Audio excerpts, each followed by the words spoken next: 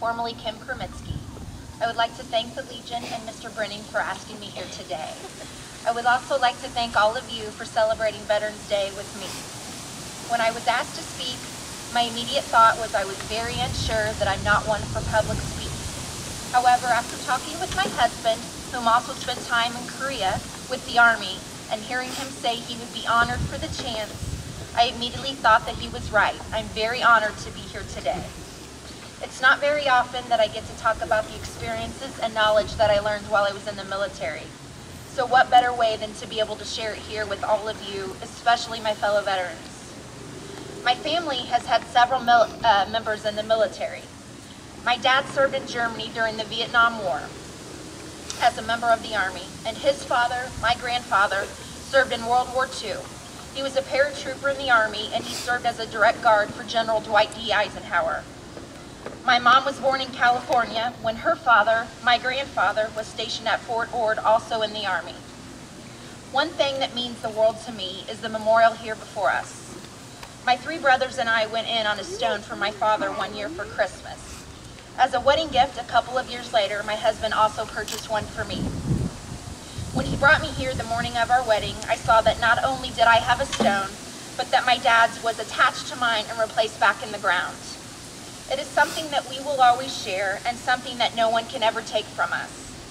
2 generations, 2 people, 2 different experiences in the military, but just one stone.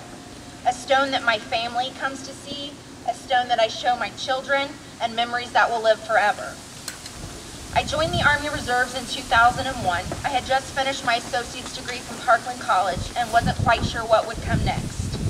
I needed money for my bachelor's degree, I needed something different in life, and I knew that my want for the military was not going away. It was my time to do something different. In May I signed up, and by June I was gone. I went to South Carolina to do my basic training and went on to Virginia to do my AIT. While in Virginia, just a few weeks before coming home, September 11th happened. My experience was different than most. We had no TVs, no radios, no one that would tell us what had happened. We had heard rumors. We were put on lockdown in our barracks for 3 days. No one was allowed in or out of the post. Meals were brought to us. We knew that something was really wrong, but never felt the impact that most people felt. It wasn't for a month until I got back home that I got to see what everyone else saw and feel what everyone else had felt. I started doing my 1 weekend a month and 2 weeks a year with the 687th Quartermaster Battalion out of Decatur, Illinois. During this time, I was able to meet several new friends. I spent 2 weeks at Fort Hunter Liggett in California. I traveled to Minnesota for 2 weeks. I spent time in Wood River and Pontoon Beach regularly, where I helped other units deploy for their trips to Iraq and Afghanistan. I went from an E1 private to an E5 sergeant during this short time. I was at home in early January of 2004 on a Wednesday night, just over 2 years after 9/11.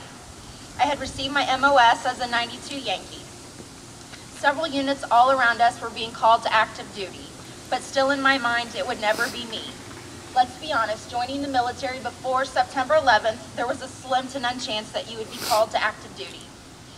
I received a phone call from our unit chaplain saying he would pray for me and my family while I was away. I told him he must have heard wrong, that I knew nothing about being called to duty. He quickly agreed and apologized and said he must have called the wrong person or there must have been some misunderstanding. My night went on as usual, and the next morning I went to work. On my way there, I thought to myself that I wonder if he didn't make a mistake.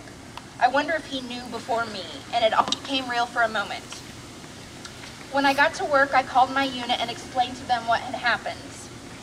They had put me on hold and my heart began to race, and when they returned, they told me what I was scared to hear, that my FedEx package would arrive that day with all the instructions that I would need.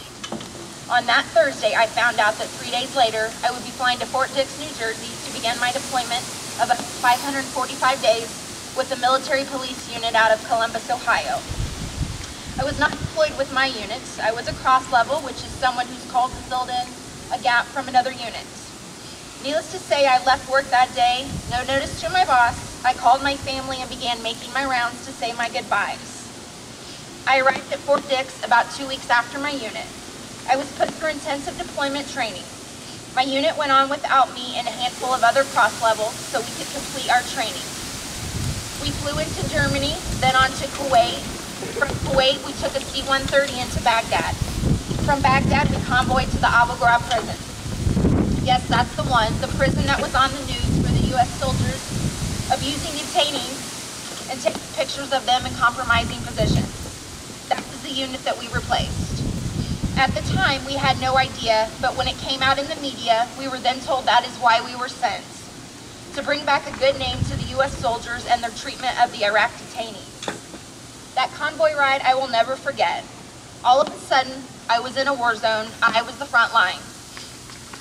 We rode in the back of a deuce and a half. We all had our M16s fully loaded with extra ammo packs and our flak jackets. Our Kevlars were on, and we were to watch our surroundings very carefully. After all, this road was the main road that connected Baghdad, the Abu Ghraib prison, and Fallujah. Several attacks had happened on this road. I remember barely being able to breathe or swallow until we were there. It was truly like being in a movie. My job once I arrived at the prison was the in-processing building. When other units would bring detainees to us, they would go through several stations. They would get a number, they'd go through medical, they would be issued a prayer rug and a Quran, and then they would come to my station. We would label their personal property, such as rings, clothes, and money. We were also in charge of all evidence. The evidence would be labeled with their new detainee number and stored away. We worked with the military intel and several civilian groups. They would sign the evidence out from us, do their evaluation, and then return the evidence to us, either to return the detainee upon release or to be used in court. I was in charge of nearly 300,000 US dollars, nearly 300 weapons that were brought in with detainees, AK-47s, rifles, pistols, mortars. I was told at one time that our collections of weapons would make a museum jealous. Oh my God. All money, or dinars as they called it, that was brought in at time of capture were released back to detainee at time of release. But we would exchange it first. Saddam's face was on the old money, and we were to burn all of this and given a new supply to hand out to all the detainees. If anyone asked me if I had ever been to jail, I would have to say yes. My home in Iraq for 1 year was a prison cell. Yes, we the soldiers lived in the cells and the detainees lived in camps out in the yard.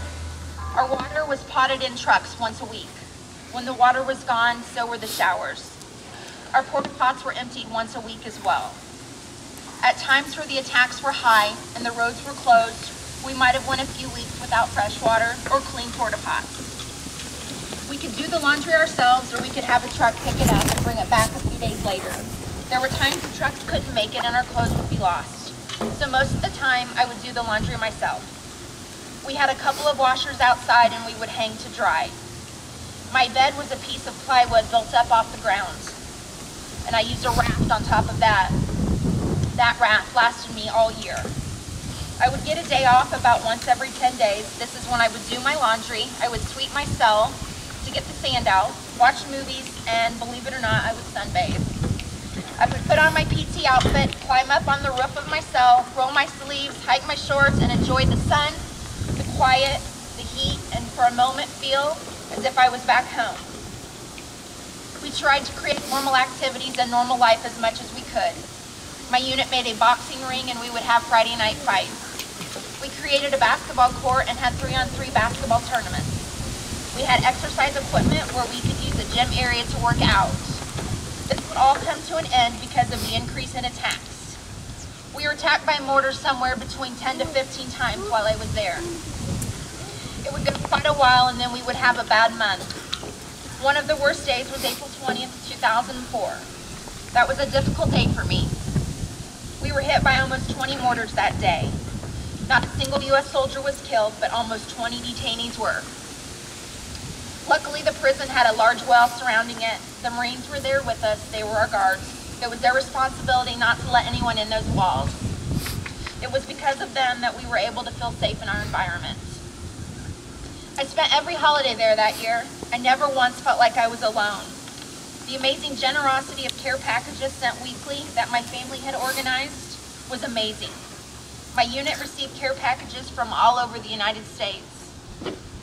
I couldn't wait to open them each week to see what was there. I remember coming home on leave and nearly every car had a yellow magnet ribbon on it. Trees were all over town with yellow ribbons tied around them. The signs on the light posts down Main Street and down main streets all over surrounding towns is truly remarkable. The amazing support of my employer, who believed in what I was doing and knew that when I was called it was my duty. The teachers who every year make Veterans Day a time to learn about the sacrifice that soldiers make.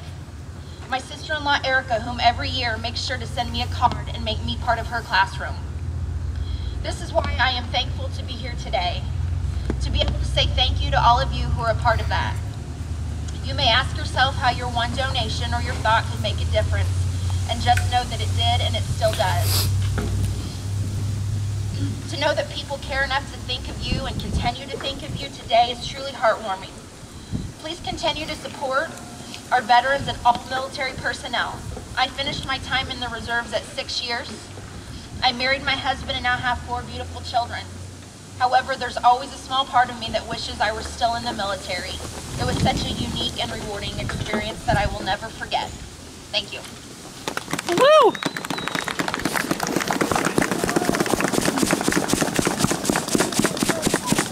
That was great. Yeah. That was amazing.